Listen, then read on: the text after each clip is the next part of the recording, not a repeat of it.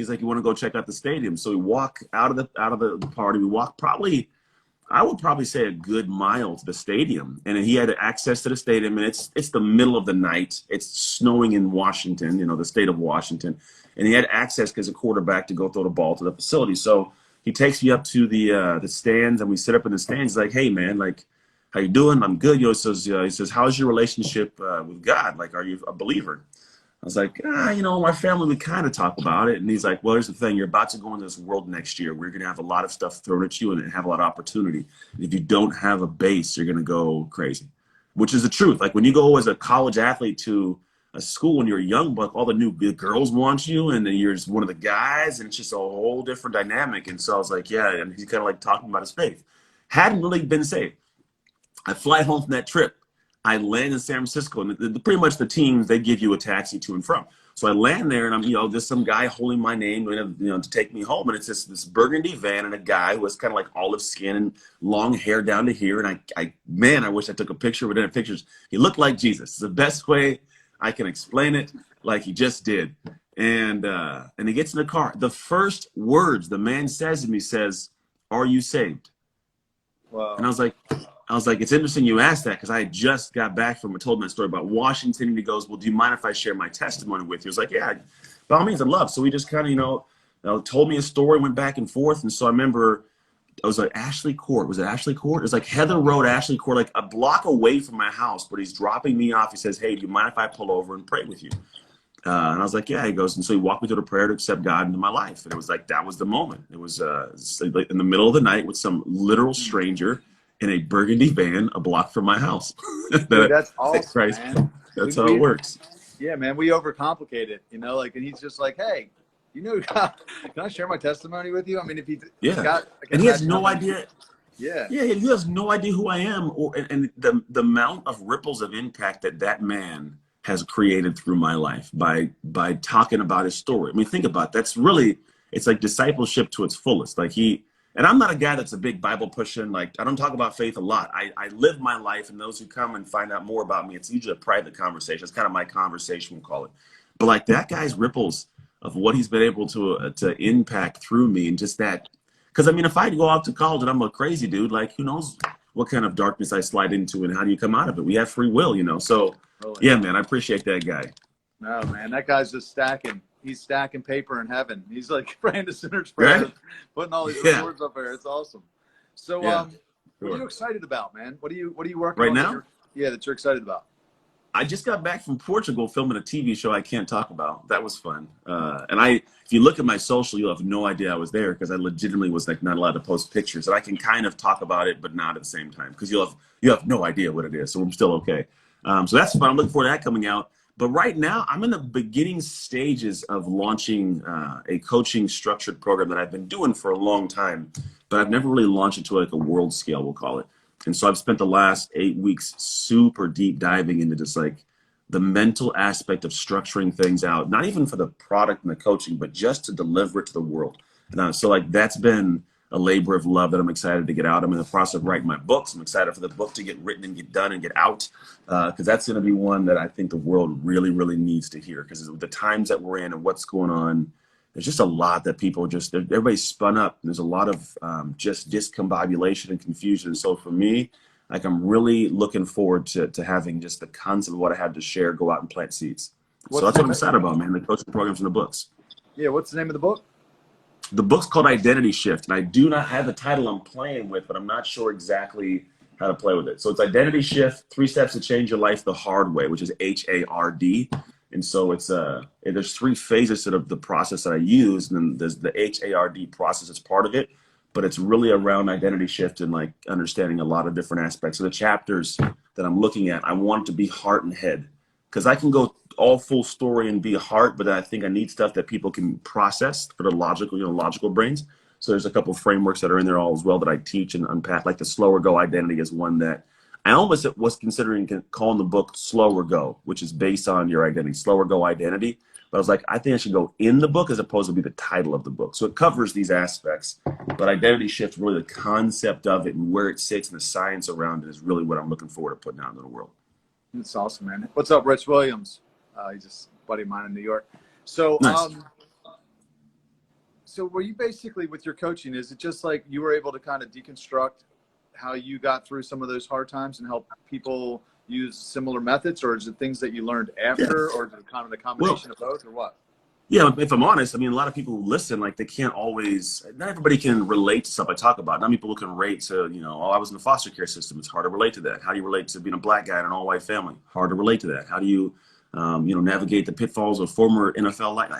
It's a lot to not relate to.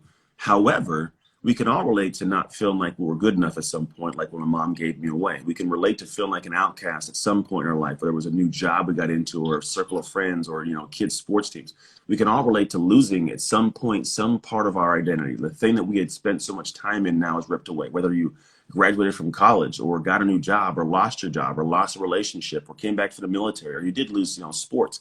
There's these navigating of shifts that a lot of people get stuck on for a lot of their life. And so for me, what I went back and said was, okay, whereas Anthony had these things happen, what did I do to get past? And then where does that actually connect to psychology and neuroscience? Like, where does it truly, like, where can data and studies show, like, oh, that's what I did?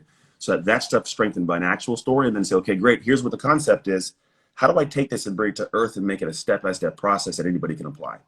So that the coaching program is not just this, like, hey, hop on, talk about your life. How are you feeling? Like, it's very strategic and action-based and tactical. It's a concrete thing. It boils down to, at the end of the day, I got my planners in the house, but it goes down to like a planner, like you're hour by hour. Like, I'm helping you build a new life with concepts that come all the way down to, like, here's what you're doing in this hour for the next, you know, 5 weeks, 6 weeks. And how does it all tie to be real life and how you create something on the back end of that? And so the coaching in of itself is not this just internal, I'm going to feel good. Like, it's no, you're going to actually look at your life and not recognize it at some point. Like, really be like, I didn't know I was in me. Because for me, the big thing when my mom passed away, like, she passed of MS after 17 years. I was holding her hand when she actually inhaled and exhaled her final breaths. And in that concept and knowing of that, it's like you start realizing the amount of potential a person has inside when they're taken from the planet. And I was like, I'm at the time was living my life like I was divorced, going through the craziness. I'm like, I'm not even reaching my full potential that she's already allowed me to. I beat a ton of statistics because of what she loved me through. And so it's like, man, if she's unable to reach her potential, like, damn it, I better do it.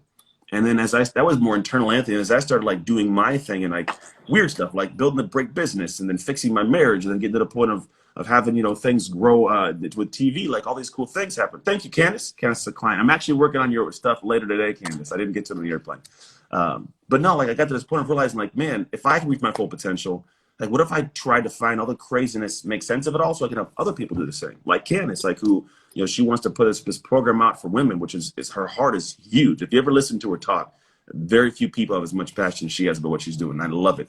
And so the idea is, like, how can I take what I've experienced, what I've learned, and teach other people to do the same, whether it's in business or in their relationship or in their health, whatever you have as an ambitious desire. The only thing standing between you and it is you. But how do you become you at a better, higher version, we'll call it? That's the work I do.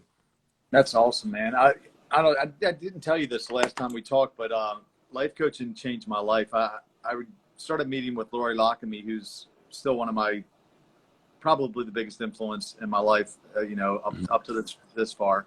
And she was my pastor's wife, and I was rededicating my life to God, and she basically offered to meet with me. And I remember driving, you know, it was mid to late 30s. I was about 37 at the time. And I was driving to the appointment, and I remember thinking, what is a life coach? Like, this is going to be a waste of time. That's what I was completely cynical.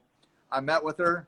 She asked me the right questions. I answered them. The next time I met with her, she had a vision statement based off my answers. She said, close your eyes. She read it to me. It was the most incredible life, because it came from me. So obviously it was, you know, incredible to me. And she's like, you could have this if you work for it. And I said, if there's even a chance that I could get there, I will change anything.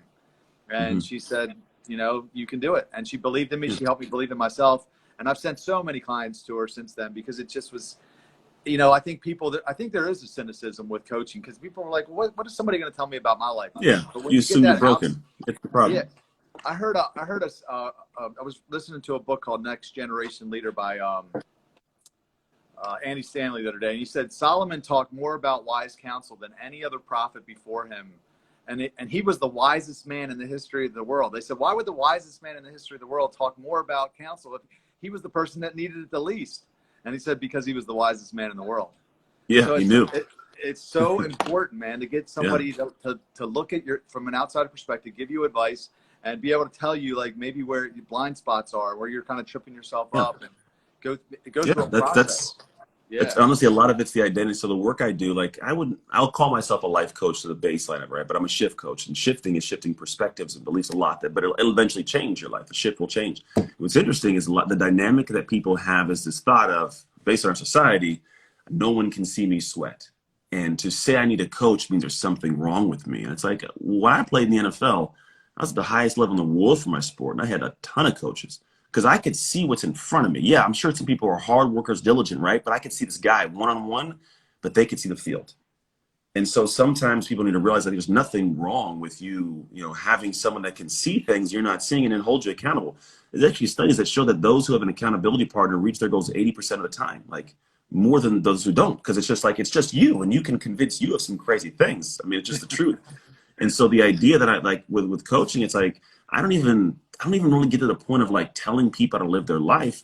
A lot of the time I'm guiding them to a process that is outside of Anthony's brain, that's based in a structure that you can trust. You don't even trust me, like trust the process, right? But in that process, everything they're doing is stuff to uncover and unpack things for them. It's just being shown something new by somebody else. And so there's definitely also the people who are coaches who suck at it, who give it the moniker a bad name. But I think the biggest thing for me is like, there's always going to be a need for me. I realize to have people above me that I lean into. Every year I spend at least 6 figures on coaching and programs and things and groups I'm part of, because it returns, not because of it's like, money accruing, but it's like I get access to another level of information and insight that I didn't know existed. And so in doing so, I get this new, like, oh, wow. I didn't even this probably last like 8 weeks of me doing this whole campaign. I'm like, how did I never know this stuff? And I teach people these things, right? So I'm like, I just keep elevating and elevating and elevating. But if I stop doing that, I would have to figure it out on my own. And there's no guarantee I do. I can luck into it, but it'd take longer and it cost me more. Or I can say, let me invest in a coach who knows these things, who can look at my stuff and chip away at it and be like, you're doing this wrong, try this. Because essentially, here's the thing, no matter what it is, if you're running a race, like you can run the race, but you might make a bad left turn or make a bad right turn. You may get there eventually, but you're like wasted turns.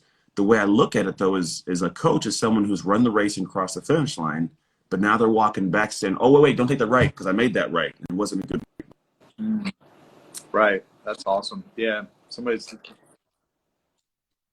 levels are not God, right? But they're just someone who's run that race, crossed the finish line, and has more insight on the race you're trying to run. That's great. How do people work with you? I mean, you got me totally like interested. So how's it work? Yeah. You just go to, if we're on Instagram, just go to Instagram and DM the word shift. And then myself or my team will contact you. Usually it's me. When I'm traveling, I'm kind of in between my team. They look for that specific, the word shift, and they'll pop in and start having the word we do. And really kind of, if it's a fit, cool. If not, at least the content I share, hopefully that stuff is enough for someone to get a great impact in their life. Man, that's awesome. Bro, I really appreciate you coming on. I know, like, in all honesty, your demeanor, I would not have known your platform is as big as it is. Like, I looked on Facebook and I'm like, damn, he's got 250,000 fans. I was like, because you're so cool and so humble. No, seriously, I really appreciate you, and you got a lot of wisdom. So I thank you for spending time with me here. Definitely a pleasure. I don't do things like this on my side. I just got back from my thing. You a little bit. Yeah, don't say I said I usually don't hop on and like Saturday and Sunday when I was like, this is family time, but I care about you as a human, man. I like you as well. So like I'm happy to come serve you and the people you serve. Because in this world, man, good people find good people. And I'm always a man that wants to show up for the good people. I appreciate it. The internet's kind of cutting it out. I'm not sure if it's on mine. Yeah. All right. Well, anyway, that's good. I'll let you get back to it. I appreciate you taking time away from your family to jump on here. No problem. Have a great rest of your Saturday. You too. God bless all. See you guys. See you.